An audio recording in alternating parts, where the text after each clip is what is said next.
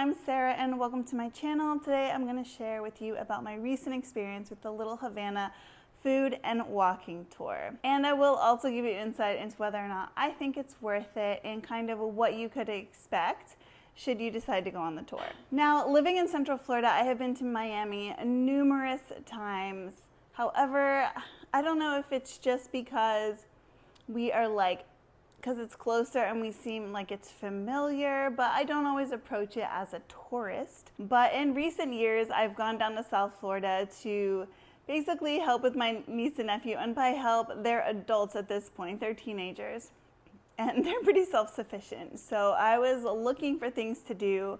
In that, I've started approaching Miami in a more of a tourist lens just to see if I could experience it in new ways. So that has led me to doing like the Art Deco tour in South Beach, or I visited Vizcaya, which was really beautiful grounds and property. And then I've gone paddleboarding in Key Largo because it's the first of the Florida Keys, so it's the closest to the Miami, South Florida area. And then most recently, I did the Little Havana food and walking tour.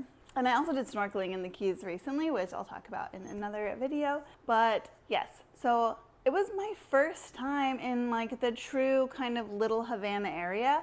So I have visited Versailles and eaten there because that is like a very famous kind of Cuban restaurant. Not kind of Cuban restaurant, it's a famous Cuban restaurant.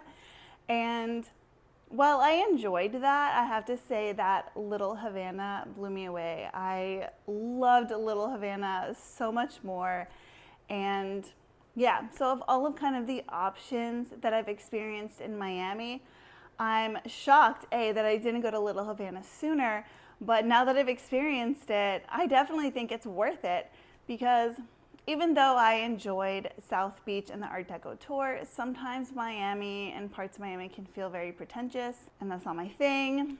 So one thing I liked about Little Havana right off the bat is it's just kind of lacking a lot of that pretentiousness, even though it's very touristy. It's very touristy, but yet there is plenty of sort of that like Cuban culture, authentic vibe. Plenty of tourists around, but yet it still kind of feels authentic in a way as well, which is pretty hard to achieve.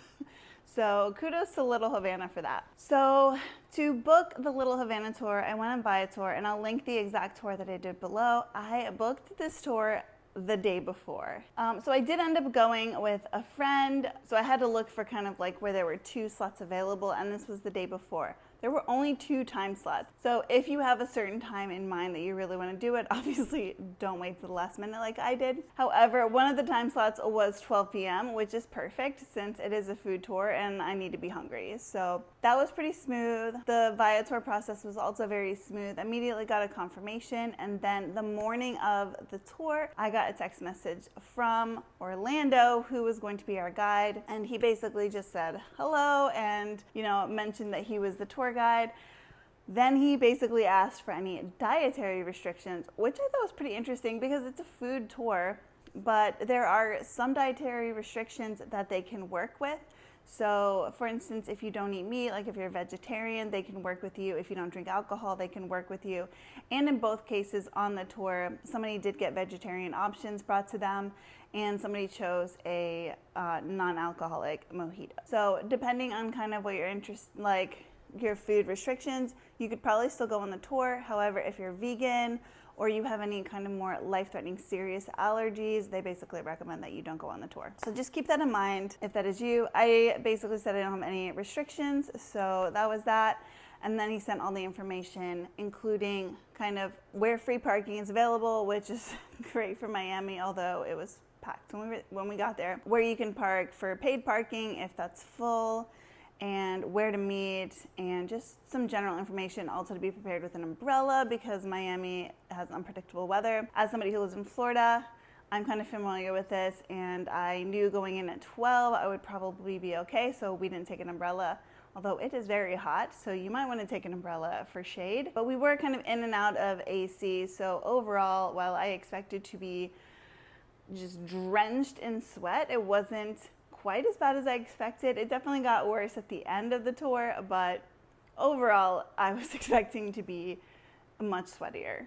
much sooner in the tour. So yeah, the whole check-in process was super easy. He also mentioned in the text to let him know if you were going to be late, and we ended up being late because we were driving from kind of a suburb of Miami, and of course traffic.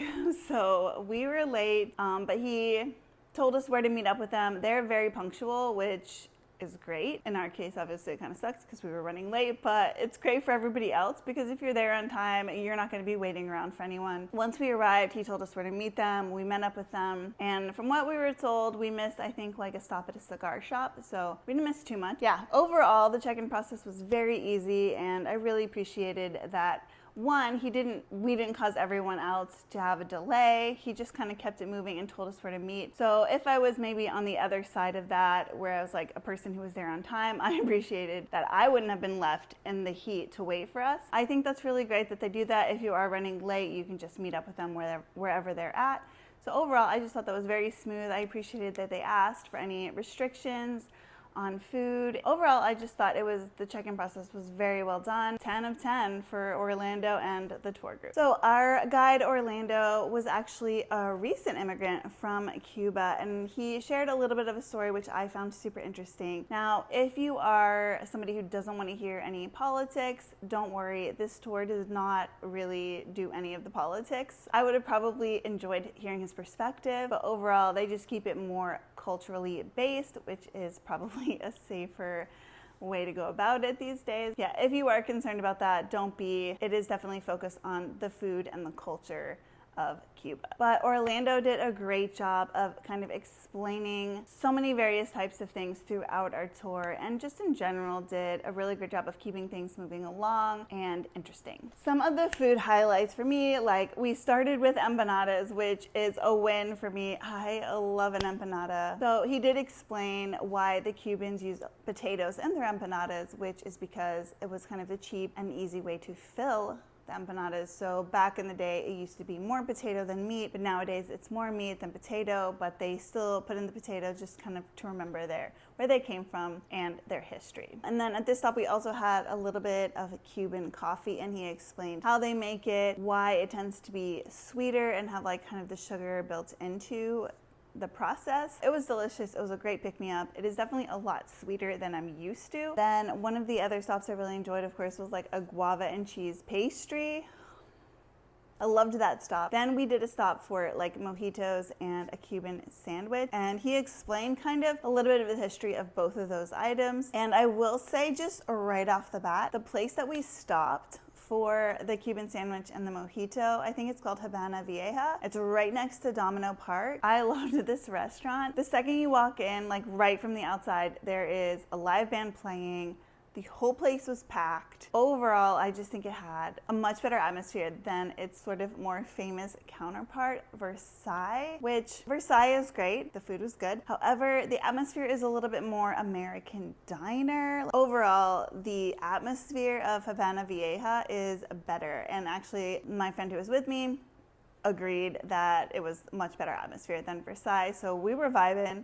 We were taken to kind of the back area where there was no AC, but there were plenty of fans. It was shaded. It was very nice, and actually stayed relatively cool, so bonus. And then that's where we were given the mojito and the Cuban sandwich. Now, the mojito, he explained, became famous because back in the Prohibition of the US, people would go to Cuba to basically get wasted and drunk, and so the mojito became famous because of that time period. And then, of course, the Cuban sandwich was brought out. Now, I'm gonna be honest, I don't usually order Cuban sandwiches because I don't really like ham. And yeah, so I usually avoid ordering them, but I should really not avoid it because it was so delicious. Now, Orlando did explain that the Cuban sandwich that we know of today isn't really authentic Cuban sandwich.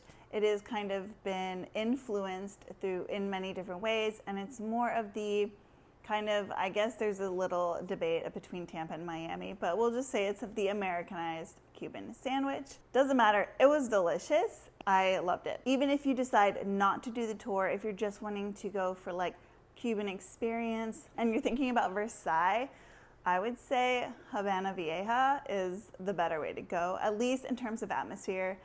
that's all I had at that restaurant, so I can't talk about the food as a whole. I think it's definitely the better way to go, and you'll get to see a little bit of Little Havana while you're at it. So I loved that stop, and then we did another stop at like a juice, like, I don't know, I guess it was like a juice bar-ish, but it's outdoors, and the cutest, like, grandma was there behind the desk. She had sort of that classy grandma presence. Anyways, that was supposed to be sugarcane drinks, and I was kind of bummed because I love a sugarcane drink, but it ended up being mango juice. You say juice, and like most people are like, oh, that's so bad for you. I think this was literally mango put in a blender, pureed. It was the freshest tasting mango. Oh my God, it was so good. And I think it still had its fiber. Like I think it was just that. It was just mango blended into a juice form.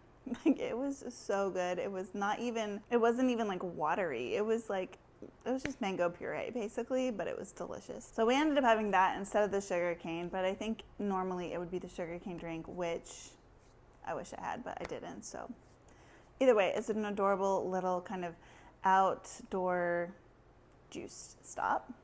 So if you're ever in Little Havana and you're not doing a tour, check it out. And the tour ended with some churros. Not much was said about those. It was just kind of the way to end the tour. Overall, the tour was really interesting. The food was delicious. I mean, it was hot, but it was July and I'm from Florida, so I knew it was gonna be hot. And I was sweating by the end of it. However, I think it was completely worth it, and I am definitely going to go back to Little Havana. I can't believe it had taken me that long to even go there, but I am absolutely going to go back. And just overall, I loved the vibes. Like I said, it didn't feel pretentious, even though it felt touristy, and I loved the atmosphere.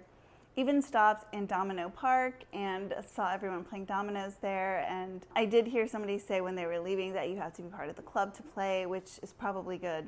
They obviously seem to be having a good time and ignoring the tourists, so that's good. I just loved it, and I absolutely recommend, even if you can't do the tour, if you can get to Little Havana and just walk around a little bit, maybe stop in a few different food places, walk into a cigar shop, and just experience it for maybe half a day or a few hours, I think it's totally worth it. All right, well, that is basically it. If you're ever in Miami area and you are wondering if to do this tour, I definitely think it's worth it. If it's out of your budget, definitely stop in Little Havana and have a meal or a pastry and just kind of enjoy walking around just a little bit. Go to Domino Park, go to a juice shop, go to a cigar shop. I just loved it, and I definitely think it's worth a few hours of your time. I will link, of course, the tour that I did in the description just to make it easy for you. I hope this video is helpful, and if so, please hit that subscribe button. Thank you so much for watching, and happy travels. Bye.